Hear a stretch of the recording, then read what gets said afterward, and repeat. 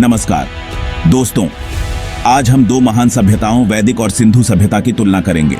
तो आइए इस ज्ञानवर्धक यात्रा पर मेरे साथ चलें और जानें कि कैसे इन दो सभ्यताओं ने भारत के इतिहास और संस्कृति को आकार दिया।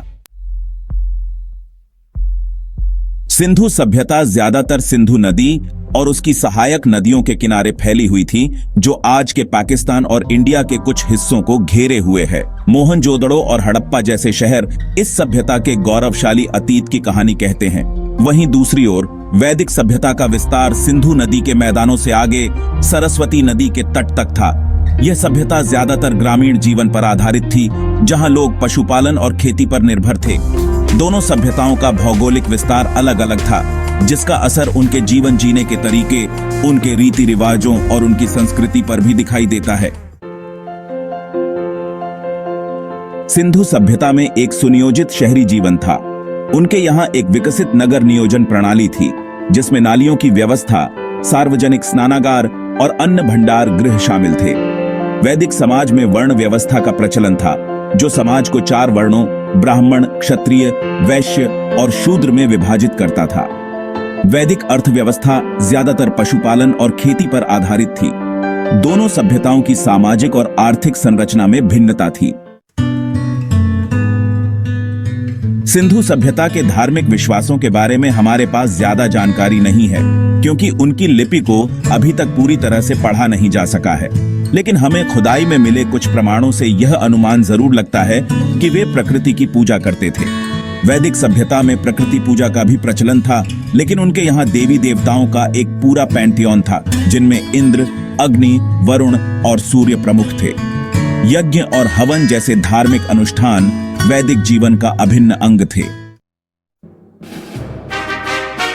सिंधु सभ्यता अपनी उन्नत नगर नियोजन और स्थापत्य कला के लिए जानी जाती है।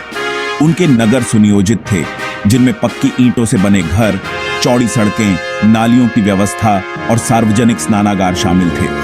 वैदिक सभ्यता में स्थापत्य कला के प्रमाण सिंधु सभ्यता जितने स्पष्ट नहीं हैं। ऋग्वेद में हमें लकड़ी और बांस से बने घरों का उल्लेख मिलता है। दोनों सभ्यताओं की स्थापत्य कला में साफ अंतर दिखाई देता है।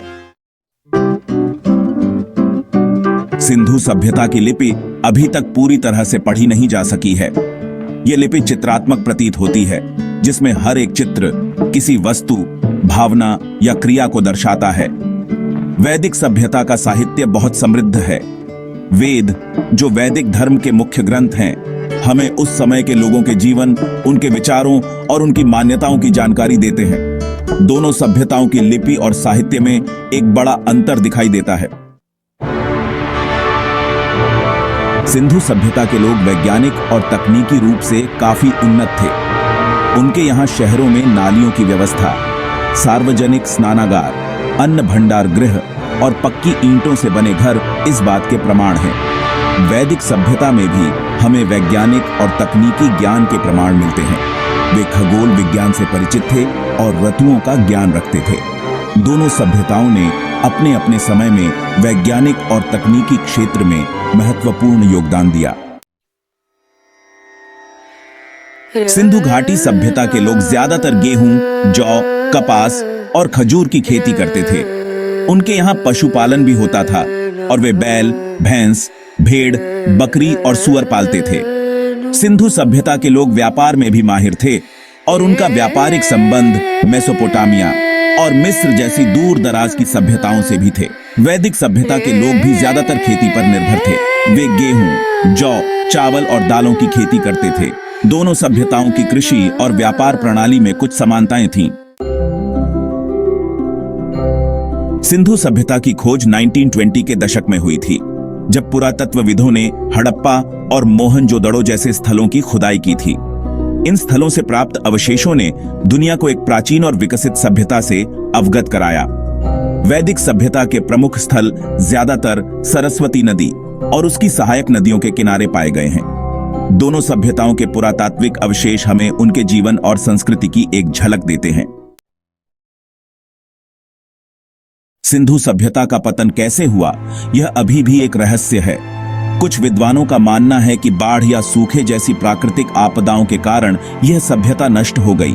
जबकि कुछ का मानना है कि आर्यों के आक्रमण ने इस सभ्यता का अंत कर दिया। वैदिक सभ्यता का पतन धीरे धीरे हुआ। सिंधु और वैदिक दोनों ही सभ्यताओं ने भारतीय संस्कृति को गहराई से प्रभावित किया है। दोस्तों, आशा है आपको यह वीडियो पसंद आया होगा। हमने इसमें वैदिक और सिंधु सभ्यता के विभिन्न पहलुओं की तुलना की और यह जानने की कोशिश की कि कैसे इन दोनों महान सभ्यताओं ने भारत के इतिहास और संस्कृति को आकार दिया। अधिक रोचक जानकारी के लिए हमारे चैनल को सब्सक्राइब करें और इस वीडियो को अपने दोस्तों के साथ शेयर करना न भूलें। धन्यवाद।